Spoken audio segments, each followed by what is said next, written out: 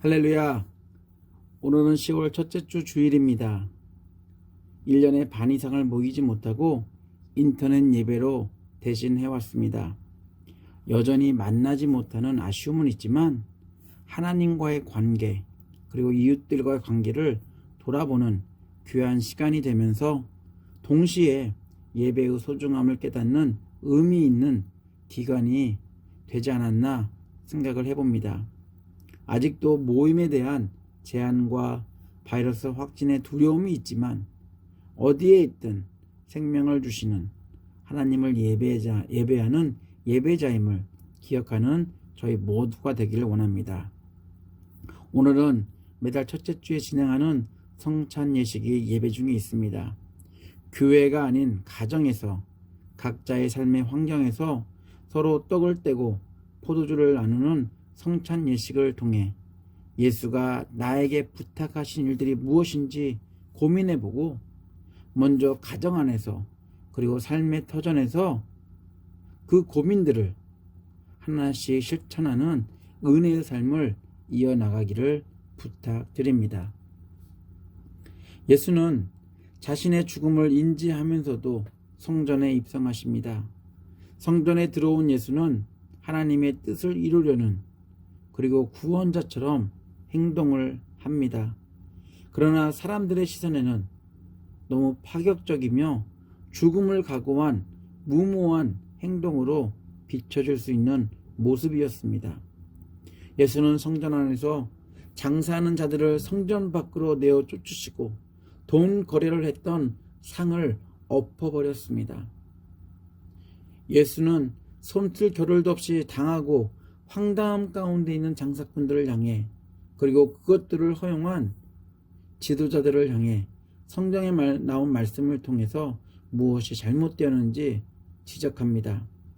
성경에 기록하기를 내 집은 기도하는 집이 될 것이다 하였다. 그런데 너희는 그것을 강도의 소굴로 만들어 버렸다. 그렇습니다. 예수의 지적처럼 성전은 오래전부터 거룩함을 잃어버리고 돈을 주고 제사 제물을 사고 파는 피냄새가 아닌 돈냄새로 가득한 장터로 변해 있었습니다. 분명 그 중심에는 종교와 정치, 지도자들이 개입하고 있었습니다. 지도자들은 서로에게 좋은 것이 좋은 것이다라고 생각하며 성전을 장사터로 허용하고 거기서 나오는 이득들을 갈취하고 있었습니다. 예수는 거룩함이 유지되어야 할 성전에서조차 세속에 물든 모습을 보며 좋은 게 좋은 것이라고 믿는 그들에게 하나님의 말씀과 비유를 통해 정말로 그것들이 좋은 것인지 질문하게 하고 있습니다. 율법에서 인용된 말씀이었기에 그 누구도 예수의 지적을 부정할 수 없었습니다. 그리고 예수는 어려운 하나님 나라를 이해하지 못하는 백성들을 돕기 위해 많은 비유들을 사용하셨습니다. 예수가 사용한 비유 역시 너무 적절하게 현 상태의 문제점이 무엇인지를 꼬집어내고 있었습니다. 아무리 맞는 말씀과 적절한 비유를 한다 할지라도 지적당하는 이들은 그런 말씀과 비유를 하는 예수를 좋아할 리 없습니다. 그냥 예수가 하는 행동, 말씀을 다 부정하고 싶었습니다. 왜냐하면 예수 때문에 받는 피해가 너무 컸기 때문입니다. 그리고 이 피해를 받는 사람들은 백성들이 아닌 지도자들이었습니다.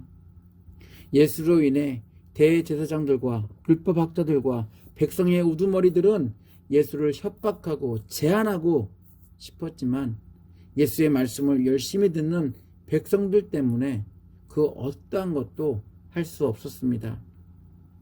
십자가에서 죽기 전까지 백성들이 보호막이 되어 권력의 위협으로부터 예수를 보호해주고 있었습니다.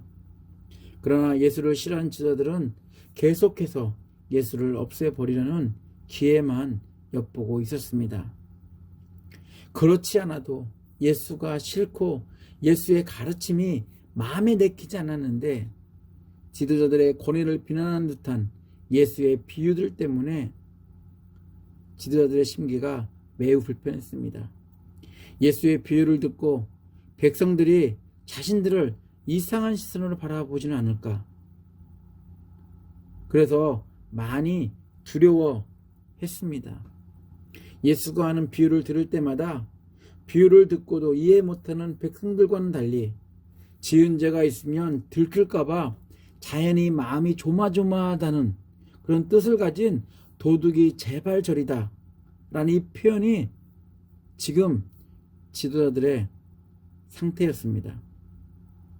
지금까지 죄를 짓고서도 아무런 제재 없이 편안하게 살아고 있었는데 예수 때문에 자신들의 죄들이 백성 앞에서 낱낱이 드러날까봐 마음을 조마하게 조아렸고 또한 무엇보다도 그 마음이 분노와 화로 가득 차고 있었습니다. 그래서 더 예수를 제거하고 싶었습니다. 그러나 분을 삼키지 못하는 지도자들과 예수 사이에는 예수의 가르침을 들으며 좋아하는 백성들이 있었습니다. 19절입니다. 율법학자들과 대제사장들은 예수가 자기네들을 겨냥하여 이 비유를 말씀하신 줄 알았다. 그래서 그들은 바로 그때 예수께 손을 대어 잡으려고 하였으나 백성을 두려워하였다. 예수의 비유를 들은 지도자들은 예수가 말하는 비유의 진정한 의미를 너무 잘 알고 있었습니다. 백성들은 비유의 의미를 제대로 이해하지 못했지만 신선한 예수의 가르침을 좋아했습니다. 하지만 지도자들은 예수의 비유를 들으면 들을수록 자신들을 비난하는 예수에게 아무것도 할 수 없는 자신들의 처지가 너무 치욕스러웠고 수치스러웠을 정도로 되게 무안해하는 그런 상황을 보여줬습니다. 어떻게 해서든 예수를 백성들로부터 그리고 자신들의 권력 밖으로 제거하고 싶었습니다. 여러 가지 방법으로 예수를 모함하고 제거하려고 시도했지만 번번이 실패하고 맙니다. 그래서 이번엔 색깔이 다른 두 단체가 공조해서 정탐꾼으로 의인인 척 가장시켜 세상법으로 예수를 공격할 계획을 세웁니다. 정탐꾼의 다른 표현이 있다면 바로 스파이입니다. 계속 당하고 있는 지도자들은 스파이를 보내서라도 예수를 공략하려고 계획을 세우고 있습니다. 정탐꾼이란 단어를 들으면 떠오르는 이야기가 있습니다. 이스라엘은 40년이란 광야 생활을 마치고 가나안 땅을 입성하기 전에 정탐꾼을 가나안 땅에 보냅니다. 분명 하나님은 정탐꾼을 원하지 않았습니다. 그러나 사람들은 가나안 땅이 어떤 곳인지 정말 축복의 땅인지 정탐꾼을 통해 확인하고 싶었습니다. 그래서 이스라엘 12지파에서 한 사람씩 선출해 정탐꾼 12명을 꾸립니다. 그리고 그들은 40일 동안 가나안 땅을 돌아보고 돌아와서 그 땅은 진짜 축복의 땅이었다라고 이야기를 합니다. 그러나 그 땅은 축복의 땅이었는지 모르겠지만 그 땅에 살고 있는 거주민과 그들의 안전을 위해 지어진 성읍은 너무나 견고해서 자신들의 힘으로는 입성하기에 불가능한 곳이다라고 부정적인 이야기를 합니다.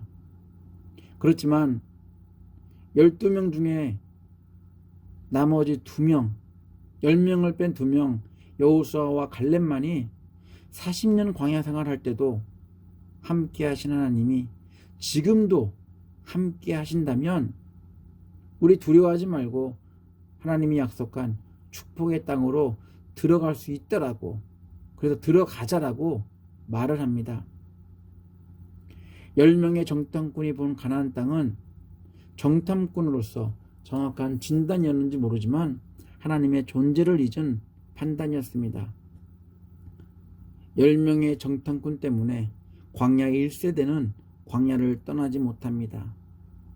나머지 이스라엘 백성들만, 그리고 2명의 정탐꾼만, 10명이 보고한 가나안 땅이 아니라 2명의 정탐꾼이 본 가나안 땅, 하나님의 약속의 땅으로 들어갑니다. 이스라엘의 광야 탈출은 하나님의 약속을 신뢰한 탁월한 정탐꾼 스파이를 통해 현실이 되었다는 이야기를 우리는 너무 잘 알고 있습니다. 자신들의 안위를 위해 스파이를 가나안 땅에 보냈듯이 예수에 대한 반감을 갖고 있던 지도자들이 유능한 스파이를 고용한 이유는 자신들을 지키고 보호하기 위해서입니다. 지도자들은 탁월한 스파이를 구성하기 위해 정치에 유능한 사람들과 종교에 정통한 사람들을 팀으로 구성합니다. 오늘 말씀과 병행 구절인 마태복음과 마가복음에선 스파이가 누구인지 밝히고 있습니다. 스파이는 바로 바리새인과 헤롯 당원이었다라고 이야기합니다. 정치 색깔도 종교 색깔도 너무나 다른 두 집단이 스파이라는 이름으로 하나가 되어서 예수를 제거하려고 합니다. 지도자들이 보낸 스파이들은 예수의 틈새를 공략해서 책잡으려고 했습니다. 세상법, 특별히 황제와 관련된 질문이 예수를 잠깐이라도 혼란스럽게 할 틈새라고 생각했습니다. 그 틈새만 비집고 들어가면 예수를 무너뜨리는 것은 순식간이라고 판단했을 것입니다. 예수가 어떤 대답을 해도 스파이의 계략을 벗어날 수 없었습니다. 예수가 빠져나갈 수 없을 질문을 던졌다고 생각한 스파이들은 이제 곧 보게 될 예수의 실수만을 기다렸습니다. 그리고 그것이 곧 예수의 마지막이라고 생각했습니다. 그러나 예수는 스파이의 정체도 그리고 그들의 질문 속에 담겨있는 그들의 속셈도 눈치채고 있었습니다. 20절로 23절입니다. 쉬운 성경입니다. 율법학자와 대제사장들은 예수님을 지켜보았습니다. 그리고 의로운 사람인 척 가장한 정탐꾼을 보내서 예수님께서 하시는 말씀 가운데 트집을 잡으려고 하였습니다. 그리고는 예수를 총독에게 넘기려고 하였습니다. 이들이 예수님께 물었습니다. 선생님, 우리는 선생님이 옳게 말씀하시고 가르치시는 것을 압니다. 선생님은 차별을 하지 않으시며 진실되게 하나님의 길을 가르치시는 것을 압니다.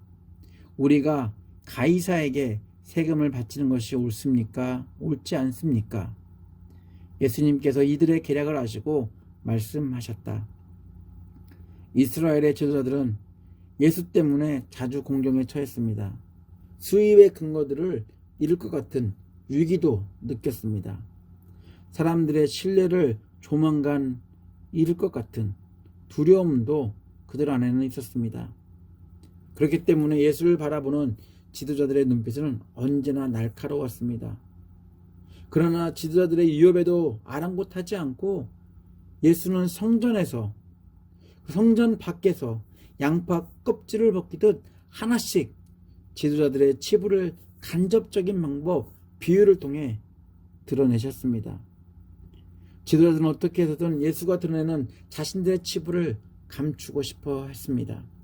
그래서 대안이 필요했던 것, 이런 문제들을, 이런 상황들을 해결할 수 있는 방법이 있다면, 대안이 있다면 바로 그것은 예수에게서 책잡을 수 있는 증거를 찾아내는 것이었습니다.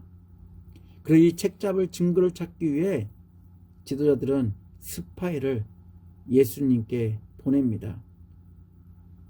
무엇보다도 자신들의 권력 유지를 돕는 질서를 파괴하려는 예수를 제거해야만 지도자들은 오랫동안 그런 전통과 권력 속에서 만들어진 질서를 유지하며 자신들의 권력과 권세를 세상에서 누릴 수 있었다는 것. 그래서 이러한 것들을 하기 위해서 스파이로 예수님께 접근하게 만들고 그래서 예수로부터 책잡을 증거를 찾게 만듭니다. 성경은 예수 앞에 나온 스파이에 대해 거짓으로 의로운 사람인 채 행세한다라고 쓰고 있습니다. 능숙한 스파이처럼 행동했습니다. 스파이는 겉모양만 의롭지 실제로는 의롭지 않은 사람이고 거짓말로 의로운 행동을 하는 가식적이며 불의한 사람들임을 증명하는 단어일 것입니다. 또한 그러한 역할을 하라고 시킨 지도자들 역시 의로운 척 하는 의롭지 않은 무리들임을 반증하고 있습니다.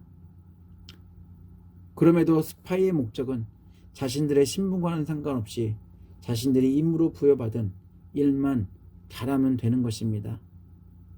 이 일을 하기 위해서 의인인 채 가장한 스파이들은 먼저 예수를 칭찬합니다.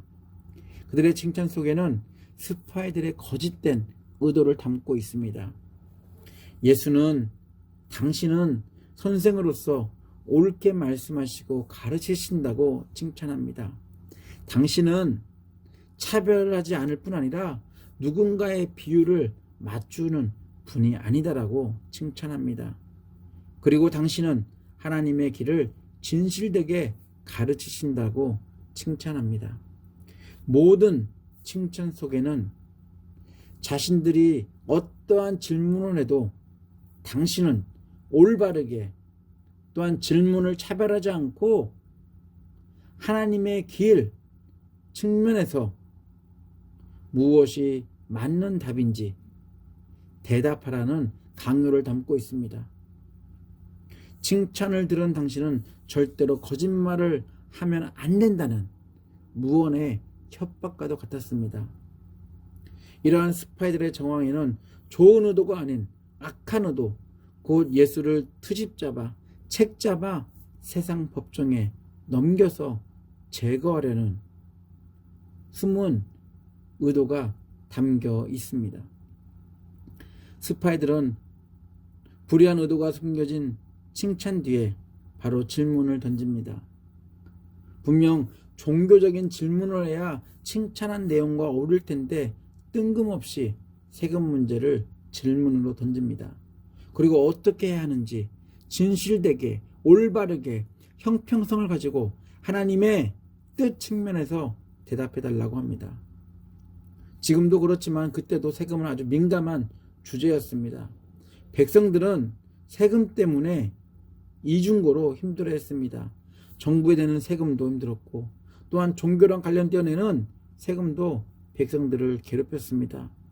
분명히 이 세금의 문제는 세금을 통해 착취하는 지도자들의 문제가 아닌 백성들의 주된 관심이었고 주제였음을 우리가 의심할 여지가 없을 것입니다.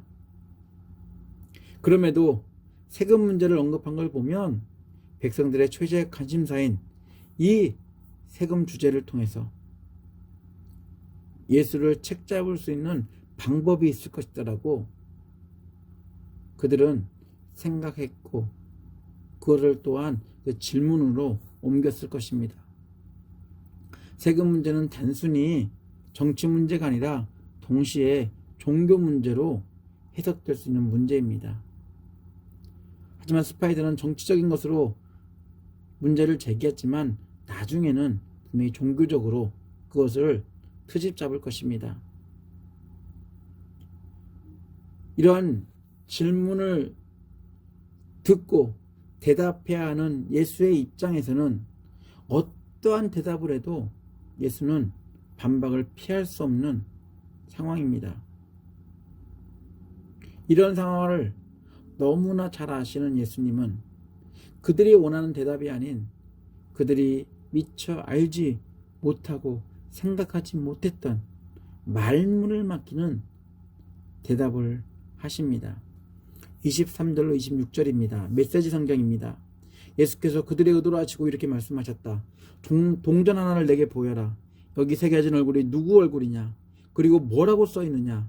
황제입니다. 그들이 말했다. 예수께서 말씀하셨다. 그렇다면 황제의 것은 황제에게 주고 하나님의 것은 하나님께 드려라. 아무리 애를 써보아도 그들은 예수께 죄를 뒤집어 씌울 만한 발언을 유도해낼 수 없었다. 그분의 대답은 그들의 허를 찔렀고 그들의 말문을 막아버렸다. 예수는 스파이들의 정치적 의도를 담은 질문을 듣고 내라, 내지 마라 라는 대답 대신 동전 하나를 요구하셨습니다. 스파이들의 넉넉한 주머니에서 동전을 꺼내게 하십니다. 스파이들의 주머니에서 나온 동전은 가이사의 형상과 가이사라는 황제 이름으로 주조된 만들어진 동전이었습니다. 그렇다면 예수의 대답은 간단합니다. 황제에게 속한 것은 황제에게 바쳐야 한다. 예수의 대답은 여기에서 끝나지 않습니다. 하나님의 것은 하나님께 드리라고 말을 하면서 대답을 종료하고 있습니다. 예수는 스파이들이 기대했던 책 잡힐 대답이 아닌, 그리고 정치적으로도 종교적으로도 전혀가 문제가 없는 답변을 하면서 이야기를 마무리하고 있습니다. 세상에 속한 사람으로서 세상의 법을 잘 지키는 것도 주님의 명령입니다. 또한 그리스도로 말미암아 하나님의 흔적을 가진 하나님의 자녀로서 하나님의 말씀을 잘 지켜야 하는 것 역시 주님의 명령입니다. 저희들은 하나님의 형상대로 지음받았습니다. 그러나 죄 때문에 하나님의 형상이란 정체성을 잃어버린 채 살고 있었습니다. 예수 그리스도의 십자가 때문에 저희들은 하나님의 형상을 회복했고 하나님께 드려질 하나님의 소유가 되었습니다. 바울의 고백처럼 저희는 하나님의 형상이면서 동시에 하나님의 아들 예수의 흔적을 가진 하나님께 드려질 수 있는 하나님의 것입니다. 하나님께 드려질 것은 저희들의 소유한 어떠한 소유물이 아니라 바로 저희들 자신입니다. 스파이들은 예수의 현명한 대답을 듣고 유구무원이었지만 저희들은 할 말이 있습니다. 하나님의 형상을 회복해 주셔서 감사합니다. 세상에 있는 동안 세상의 질서도 잘 지키겠지만 하나님께 온전히 드려지는 거룩한 예배자가 되겠습니다. 가이사의 것은 가이사에게, 하나님의 것은 하나님께 드리는 거룩한 성도의 삶을 사는 성도님들 되시기를 예수 이름으로 축원합니다. 다 같이 기도합니다. 하나님, 세상 것과 하나님의 것을 혼동하며 살 때가 많았음을 고백합니다. 가이사의 것인데도 불구하고 하나님께 드렸습니다. 하나님의 것임에도 불구하고 하나님의 형상을 닮은 하나님의 자녀임에도 불구하고 가이사의 것을 쫓아 살았던 저희들이었습니다. 그러면서 온갖 생색을 다 내고 살았습니다. 특별히 하나님의 것인 저희 자신에 대해서는 하나님께 드리는데 인색한 삶을 살아왔습니다. 의인인 척하는 스파이들과 별반 다르지 않는 삶을 살면서도 하나님이 원하시는 구별된 인생을 사는 줄로 착각하고 있었습니다. 이제부터 구별된 삶을 살기 원합니다. 그렇다고 저희들이 속한 세상을 외면하거나 거부하는 게 아니라 주어진 질서를 잘 지키는 모범 시민으로 살기 원합니다. 하늘 시민으로서 하나님께 날마다 드려지는 거룩한 산 제물의 삶을 사는 저희들 되기 원하오니 연약한 저희들을 도우셔서 구별된 삶을 잘 살 수 있도록 인도하여 주시옵소서. 오늘 하나님의 형상으로 회복하도록 저희들을 대신해 십자가 죽음을 택하신, 그래서 자신의 살과 피를 흘리신 예수 그리스도를 기념하는 성찬 예식을 하려고 합니다. 같이 모여 예식에 참여하지는 않지만 어디에서 하든 동일한 감동을 주셔서 하나님의 소유됨의 기쁨이 회복되는 은혜의 시간이 되게 하여 주시옵소서. 예수 그리스도 이름으로 기도합니다. 아멘. 지금은 예수 그리스도의 은혜와 아버지 하나님의 극진하신 사랑과 성령님의 감동 감화하심이 참된 세상 시민이면서 하나님의 소유된 하늘나라 시민으로서 구별된 삶을 살기로 결단한 예배자들 머리 위에, 가정 위에, 사업체 위에, 그리고 교회 위에 함께 하시기를 간절히 축원하옵나이다. 아멘.